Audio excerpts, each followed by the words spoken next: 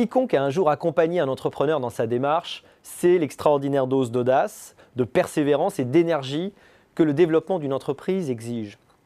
L'entrepreneur incarne la figure moderne de l'aventurier, adapté à un siècle où l'économie est mondialisée.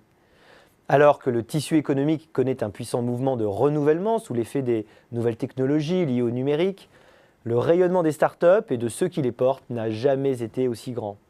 La figure de l'entrepreneur est désormais celle d'un héros contemporain, pourfendeur des rentes et des rigidités du passé, concurrençant par sa fortune accumulée à la fleur de sa jeunesse les plus grands capitaines d'industrie d'hier, sujet de biopics et de légendes.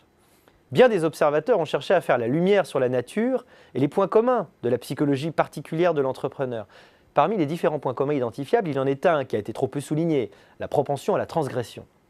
Dans son combat quotidien pour développer son activité, faire accepter ses idées, surmonter les difficultés financières, générer de l'adhésion, explorer sans cesse de nouvelles pistes stratégiques, l'entrepreneur est confronté à de nombreuses contraintes dont beaucoup prennent la forme de normes officielles ou officieuses.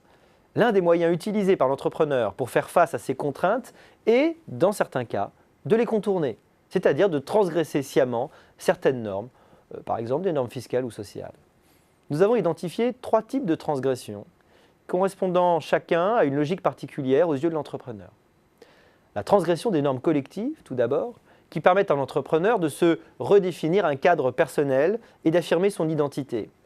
La transgression utilisée comme un moyen d'accès à une pensée créatrice ensuite.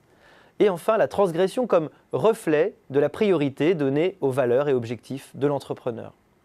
Ces transgressions semblent étroitement liées à un état d'esprit particulier des entrepreneurs.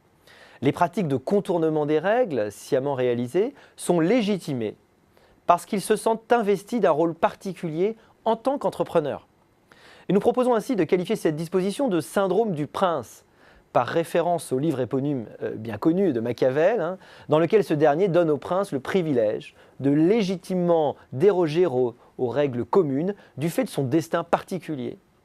De cette façon, celui qui déroge aux règles peut, dans le même temps et de façon paradoxale, en reconnaître la légitimité.